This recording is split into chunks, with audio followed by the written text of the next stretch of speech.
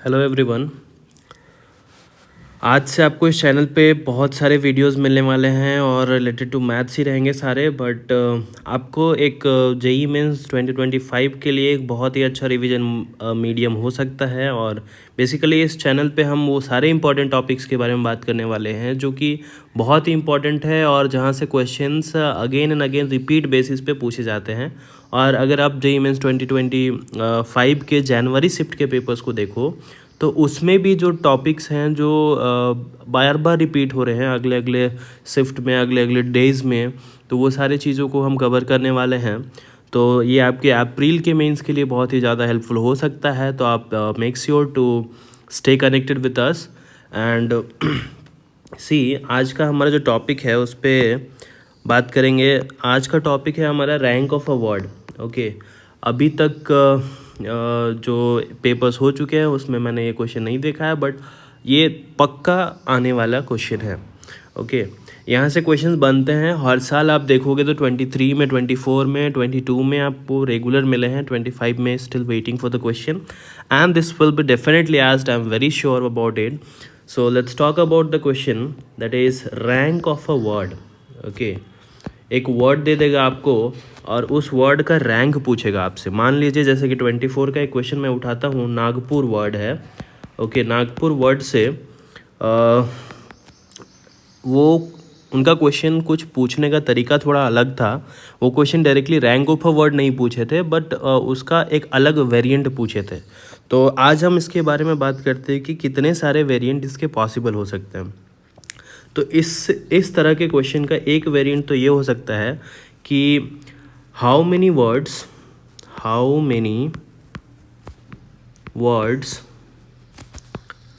With और without meaning can be made with the letters of word Nagpur.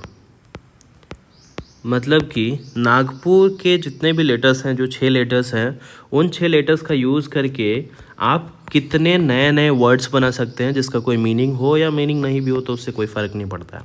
तो इसको आप इस तरह से समझ सकते हैं कि हमारे पास 6 लोग हैं, 6 चेयर है, उसमें लोगों को अलग अलग तरीके से बैठाने का कितना वेज पॉसिबल है। तो इसको ऐसे देखते हैं कि पहला जो आदमी है उसका नाम एन है, तो उसके पास कितने ऑप्शन है? 6। तो वो 6 चेयर पे जाके बैठ सकता है। अब मान लीजिए वो किसी एक चेयर में बैठ गया। अब उसके बाद अगला जो आदमी आता है उसके पास कितने ऑप्शन है? 5 ऑप्शन है। उसके अगले आदमी के पास 4 ऑप्शन है। उसके अगले आदमी के पास 3 ऑप्शन है। फिर यू के पास 2 ऑप्शन बचता है। आर के पास ओनली 1 ऑप्शन बचता है। ठीक है, तो अगर आप सारे वेज को अगर आप देख लो तो this is total 6 factorial and this 6 factorial is actually equal to 720. okay, it means total 720 words आप बना सकते हो जिसका कोई मीनिंग हो या ना हो उससे कोई फ़र्क नहीं पड़ता है, but total number of words you can make is 720 with the letters of the word Nagpur. I hope this is very very clear. Second question जो है उस पे लोग पूछते हैं कि रैंक ऑफ नागपुर क्या होगा। तो फंडामेंटल तो हो सकता है आप में से बहुत लोगों को पता हो कि किस तरह से हम इसके रैंक को निकालते हैं। आज मैं आपको एक ट्रिक बताता हूँ कि कैसे हम इस नागपुर वर्ड के रैंक को निकाल सकते हैं काफ़ी इजीली। तो सबसे पहले नागपुर वर्ड को लिख लेना है और उसके बाद हमें नंबरिंग करनी है। जो लेटर पहले आता है उसका नंबरिंग 1 होगा। जैसे स्टार्ट विथ ए, सो ए का नंबरिंग हो गया 1। ओके, ABCDEFG, तो जी आ गया आपका 2 पे। HIJKLM N आता है आपके 3rd पे। MNOP P आता है 4th पे। QR फिर 5th पे and this is the 6th one.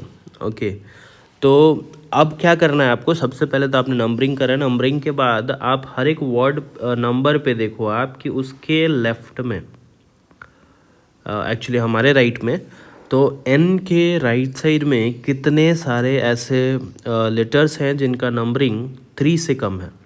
तो ऑब्वियसली आप देख सकते हो इसका और इसका, ये ए एंड जी का नंबरिंग जो है वो 3 से कम है, तो आपको इसको मार्क करना है 2। ओके, एंड लेस देन 1 क्या है? तो लेस देन 1 तो आपके पास कुछ भी नहीं है, तो आप लिख दो इसको 0। लेस देन 2 दिस साइड कितने हैं? तो कुछ भी नहीं है, 0। लेस देन 4 कितने हैं? तो लेस देन 4 तो 0 है। लेस देन 6 कितने हैं? तो 1 है। लेस देन 5 तो दिस साइड लास्ट वन हमेशा 0 ही होता है।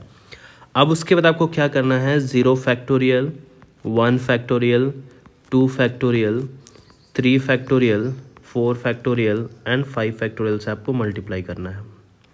Okay, this you have to multiply. This will give you the total number of words possible before the word Nagpur. Means Nagpur का रैंक लाने के लिए आपको +1 करना पड़ेगा। तो ये आपको मल्टीप्लाई करने पे 0 मिलता है। 1 × 1 is 1 and plus this will be 0 × 2 factorial, 0 × 3 factorial plus 0 × 4 factorial will be 0 plus 5 factorial आपका 120 होता है, और 120 × 2 आपका हो जाएगा 240। तो टोटल 241 वर्ड्स हैं जो कि आपका नागपुर वर्ड से पहले आ रहा है। बट अगर इसमें आप +1 कर दे तो ये +1 हम करते हैं रैंक निकालने के लिए। ओके, और बिना +1 के जितने भी वर्ड्स हैं ये बताता है आपको total words before Nagpur word. क्या है कि एक बार जेईई एडवांस में ऐसे क्वेश्चंस आए थे जिस पे उन्होंने रैंक नहीं पूछ करके पूछा था कि इस वर्ड से पहले कितने वर्ड्स पॉसिबल हैं। तो ये रहा आपका वेरिएंट 2। ओके, जिसमें आप इजीली रैंक निकाल सकते हैं। तो रैंक आपका टोटल करने पे आता है 242। This is the rank of Nagpur. Okay, but the question we are talking about Nagpur word was asked in a different way. उन्होंने बोला कि ठीक है सर, नागपुर के जितने भी लेटर्स हैं उसको आप यूज़ करके टोटल आप 720 वर्ड्स बना लोगे, और अगर आप रैंक पूछेंगे हम आपसे नागपुर का तो आप बता दोगे 242 है। सर, हम आपसे ये पूछना चाहते हैं कि जो ये 720 वर्ड्स में से 315th वर्ड क्या होगा, वो कैसा दिखता होगा। तो देखो ना, कितना इंटरेस्टिंग क्वेश्चन पूछा है उन्होंने कि हमें कोई मतलब नहीं है कि आप नागपुर का रैंक कैसे निकालते हो। ओके, शॉर्टकट यूज़ करते हो, फंडामेंटल यूज़ करते हो। हमें मतलब है कि 315th वर्ड आप निकाल के बताओ साहब, और वो कैसा दिखता हो। ठीक है, कोई बात नहीं सर, ये भी कर देते हैं हम। तो ये भी निकालना काफ़ी इजी है। आप फंडामेंटल से जा सकते हैं, जो कि फंडामेंटल है कि एकदम जैसे permutation combination is all about how well you understand the story. Okay, तो आप कितनी अच्छी तरह से स्टोरी लिखते हो, स्टोरी को समझते हो, वो बहुत ही ज़्यादा इंपॉर्टेंट है परमुटेशन कॉम्बिनेशन में। तो चलिए एक स्टोरी बनाते हैं, और स्टोरी हमारा इसी क्वेश्चन से होता है कि नागपुर के वर्ड से हमें लेटर्स लेने हैं, उन लेटर्स को ऐसे फ्रेम करते जाना है डिक्शनरी में कि पहले जैसे कि डिक्शनरी हम बनाते हैं, अभी भी आप खोलोगे डिक्शनरी तो सबसे पहले ए वाले वर्ड्स आएंगे, इमीडिएटली उसके बाद बी के वर्ड्स आएंगे। लेकिन हमारे पास आपको ऐसे एज्यूम करना है कि नागपुर वर्ड के जो लेटर्स हैं उसके अलावा दुनिया में कोई लेटर नहीं है। ओके, NAGPUR के अलावा दुनिया में कोई लेटर एग्जिस्ट नहीं करता है, और आपको इन सारे लेटर्स से एक डिक्शनरी बनाना है। ठीक है सर, तो उस डिक्शनरी में आप कैसे निकालोगे 315th वर्ड क्या है। तो सर हम एकदम फंडामेंटल से चलते हैं। सबसे पहले हम ए को फिक्स करते हैं और हम चेक करते हैं कि टोटल नंबर ऑफ़ वर्ड्स कितने पॉसिबल हैं जो ए से बनते हों। टोटल 6 लेटर्ड वर्ड है हमारे पास, ए को हमने फिक्स करा, मतलब हमारे पास 5 वर्ड्स बचे हैं, 5 लेटर्स बचे हैं जिनको 5 प्लेसेस पे अरेंज करना है। तो ये हमारा 5 फैक्टोरियल वेज से हो सकता है। तो टोटल हमारे पास 120 तरीके हैं ए वाले वर्ड्स बनाने के। मतलब टोटल डिक्शनरी में अगर आप देखो तो 120 वर्ड्स आपको मिलेंगे ए के। ठीक है, इमीडिएट उसके बाद आपके पास आते हैं जी वाले वर्ड्स, क्योंकि दूसरे बी सी तो हैं ही नहीं। तो आपके पास टोटल अब जी वाले वर्ड्स आते हैं। तो जी वाले वर्ड्स फिर आप देखो कि आपके पास 5 जो लेटर्स हैं उनको 5 चेयर पे अरेंज करना है। तो again 5 factorial and you will get 120। Sir, you are searching for 315th word and till now you have reached 120 plus 120 means total you are reaching 240 words। Means आपको इतना श्योरिटी मिल गया कि सर ये जो 315th वर्ड हम ढूंढ रहे हैं वो जी वाले में भी तो नहीं है। ठीक है, तो जी के आगे आप बढ़ोगे, तो जी के आगे आप बढ़ोगे तो आप पहुंचोगे एन पे, है ना, क्योंकि देखो आप नंबरिंग क्या है, पहले नंबरिंग है 1 ए को, फिर 2 है जी को नंबरिंग, फिर 3 नंबरिंग है एन को। तो अब क्या करोगे, एन वाले वर्ड्स आप देखोगे। तो अगर एन वाले वर्ड्स पे अगेन आप एन को सिर्फ फिक्स करो तो फिर से आपके पास 5 प्लेस और 5 लोग हैं। तो उनको अरेंज करने का तरीका 5 फैक्टोरियल दैट इज़ 120। तो अगर आप अभी टोटल करते हो तो ये हो जाता है 360, बट आपको 315वां वर्ड चाहिए। 315th word you are looking for, and the total number of words after counting all the words of n, you'll see that this is reaching total 360, which we don't need. But आप इतना समझ सकते हो कि sir हम जो 315वां word जो ढूंढ रहे हैं वो डेफिनेटली n में ही लाई करता है ना, क्योंकि अगला 120 हमें 360 को लेके जाता है जो कि हमें नहीं जाना है। तो हम वापस चलते हैं और एक काम करते हैं कि सर अब हम सिर्फ n को फिक्स नहीं करना चाहते, हम n के बाद भी किसी को फिक्स करना चाहते हैं। तो आप एक काम करो, n के बाद आप a को फिक्स करो। जैसे ही n के साथ आप a को फिक्स करते हो, रीज़न क्या है कि अगर आप सिर्फ n वाले भी नंबर्स खोजो ना, n वाले वर्ड्स खोजो, तो उसमें क्या मिलता है आपको, सबसे पहला वर्ड मिलता है n a वाले। इसलिए हम क्या करते हैं कि एन ए वाले सारे वर्ड्स देख लेते हैं। मीन्स एन के बाद हमने ए को फिक्स करा, अब हमारे पास 4 जगह खाली है, 4 लोग बैठ सकते हैं। तो कितने तरीके से, 4 फैक्टोरियल, 4 इंटू 3 इंटू 2 इंटू 1, सो ये टोटल हो जाते हैं 24। ओके, अब ए के बाद हम किसको फिक्स कर सकते हैं, जी को फिक्स कर सकते हैं। तो एन जी के कितने वर्ड्स पॉसिबल हैं, 4 factorial, that is again 24। And अगर आप टोटल करो तो आप कहाँ पहुँचते हो, 240 plus 48, so that will be 288। Still you are so much far from 315। Okay, तो अब क्या करना है आपको, जी के बाद आप क्या फिक्स कर सकते हो, एन तो ऑलरेडी है सर आपके पास, तो आप जी के बाद फिक्स कर सकते हो पी को। तो आप पी को फिक्स करो। अब देखो कि कितने ऑप्शंस हैं। अगेन आपके पास 4 फैक्टोरियल यानी कि 24, और जब आप इसको 24 को यहाँ पे ऐड करोगे तो आप पहुँचोगे 312 पे। ओके, सो हमें 315वां वर्ड चाहिए और हम 312 पे पहुँच चुके हैं, मतलब हम अपने आंसर के काफ़ी करीब हैं। ठीक है, तो अब पी एन पी वाले सारे वर्ड्स हमने देख लिए। टोटल 24 वर्ड्स थे एन पी से स्टार्ट करने वाले वर्ड्स। अब हमें आगे चलना है, तो पी के बाद हम क्या फिक्स कर सकते हैं सर, पी के बाद हम चौथे के बाद 5वां नंबर पे हमारा आर आता है। तो आर को हमने फिक्स करा। आर को फिक्स करने पे ये जो हमारा 4 फैक्टोरियल यानी कि 24 अगर ऐड कर दे तो हम बहुत ही आगे चले जा रहे हैं। आप देख लो 336, जो कि हमें नहीं जाना है, हमें तो 315 चाहिए। मीन्स आप एक काम करो, आप कुछ और वर्ड्स को फिक्स करो, आप कुछ और वर्ड्स को फिक्स करो। एन आर के बाद आपका क्या आ सकता है सर, इमीडिएट एन आर के बाद आपका ए वाले वर्ड्स मिलेंगे। तो ए वाले वर्ड्स को भी फिक्स करोगे तो आप कहाँ पहुँचोगे, 3 स्पेसेस मिलते हैं आपके पास, 3 लोग 3 चेयर, तो 3 फैक्टोरियल से आप अरेंज कर सकते हो, that is 6। And if you add this 6 again you will reach to 318th which is far from 315।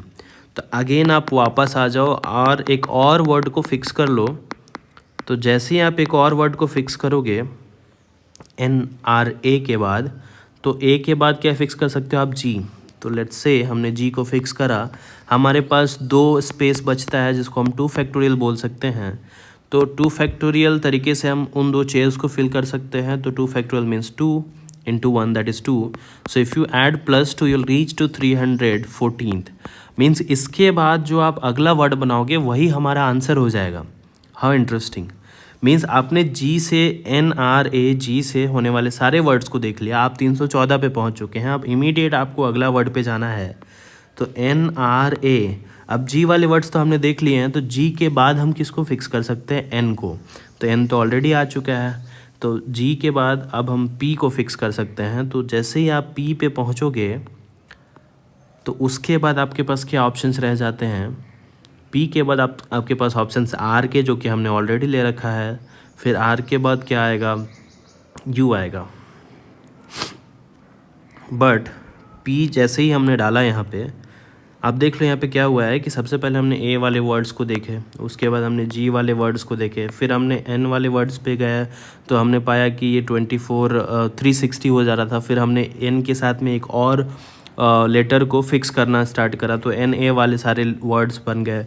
फिर हमने ए के बाद एन जी को फिक्स करा, फिर एन पी को फिक्स करा, ठीक है। उसके आगे हमने बढ़ा तो आगे हमने देखा कि ये अगर हम 24 और लेते हैं तो हम 315 को पार कर जा रहे हैं। तो इसलिए हमने तीसरा वर्ड को भी फिक्स करना स्टार्ट करा, और वो जो तीसरा वर्ड था NRA, ठीक है। NP तो ऑलरेडी हो गया, P के बाद हम फिक्स कर सकते थे R को, तो NR को हमने फिक्स करा। उसके बाद हमने NR वाले 24 अगर देखा 4 फैक्टोरियल दैट इज़ 24, तो अगेन ये 315 को पार कर रहा था, तो हमने NR के साथ में A को फिक्स करा। A को फिक्स करने पे अगेन हमारा 3 फैक्टोरियल बन रहा था जो कि 6 हो जाता, तो 316 पहुंच रहे थे। तो हम वापस से गए और NRA के बाद हमने G को भी फिक्स करा, क्योंकि A के बाद इमीडिएट हमारा दूसरे नंबर पे G है, तो हमने G को फिक्स करा। और उससे पॉसिबल थे 2 वर्ड्स, जो हमने 2 वर्ड्स बना लिए, तो टोटल 314 पे पहुंच चुके हैं हम।